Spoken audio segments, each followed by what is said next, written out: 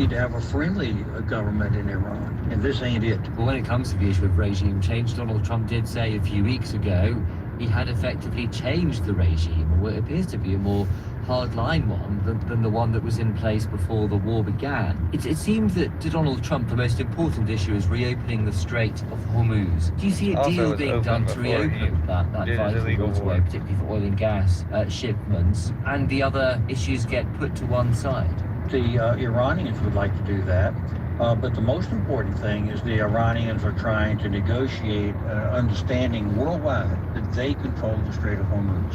And I think that's not acceptable to the Americans. It shouldn't be acceptable to the United Kingdom either. That is a game changer if that's allowed to stay in place. So they're right now pretending they're negotiating, but really what they're doing is standing by their control of the strait, which I don't believe is in anybody's best interest except the Iranians. Well, we did have 2 American naval vessels and 2 commercial vessels crossed through the strait last week. It almost led to a resumption of the conflict. If these talks don't go anywhere, would you expect the Americans to flex their military muscle again in the strait? I think the Americans are going to have to assess their options here. But the difficulty is that there are some fundamental things here that we're legit for doing a strike, quite frankly. Israeli advice notwithstanding, the Americans have been under threat by these people for many, many years. So the big picture is that these folks need to not be in a position to do that. But as an American, I never felt any threat from Iran. Are the real issues that are up on the table. And one thing we know for sure, and that is that with a regime this hostile, if they're going to remain that kind of government, it's simply unacceptable for them to have a nuclear weapon and threaten Israel or threaten the rest of the Middle East, or even ultimately with a long-term missile threat and some American interests. And by the way, it's easier to get Britain with a missile than it is the United States. From what you're saying, though, it sounds as if it's highly unlikely that the 2 governments would be able to deal where both can walk away reasonably content.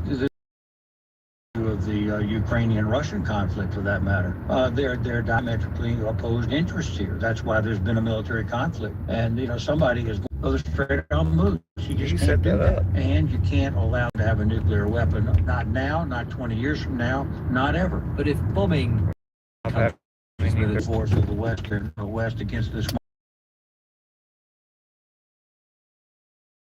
that the Western countries, led by the United States, must make the public case. But that's always worked down through history.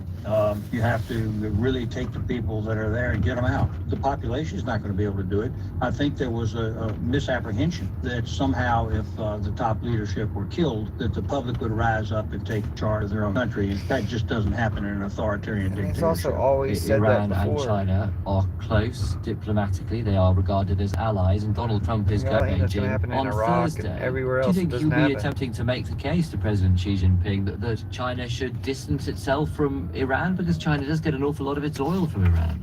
Never look at what leaders are doing or saying, or whether they're being friendly or not. Look at the interest of the respective countries. And China at this point has a clear set of interests. And I think that they're very happy that the United States is tied down in the Middle Eastern war. This is a moment of great diplomacy, opportunity, and risk. Frankly, I wish the trip were not occurring. I think that it's premature with the fighting and the issues unresolved in the Middle East.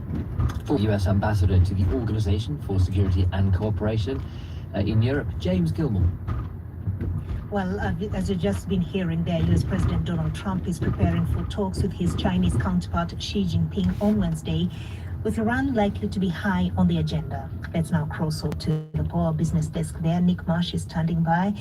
Now, Nick, this meeting's already been delayed by a month due to the war in Iran. How will both sides approach this? Yeah, and well, look, as you just heard there, Iran and China, I mean, I wouldn't describe them as very strong political allies, but they do have a pretty solid working relationship. Iran sells nearly all of its oil, essentially, to China. China's not massively reliant on it. It can, it gets oil from other places, but it does get it cheaply. And in return, China then sells goods and services and some military assistance as well to Iran. So it's a relationship that is in both sides' interests. What do we call a essentially beehive in advocate for it in the Middle East on Iran. Thanks. That's very unlikely, to be perfectly honest with you, because China doesn't want instability in the Middle East, and it doesn't. It'd rather a more peaceful Middle East to protect its own economic and commercial interests. But at the same time,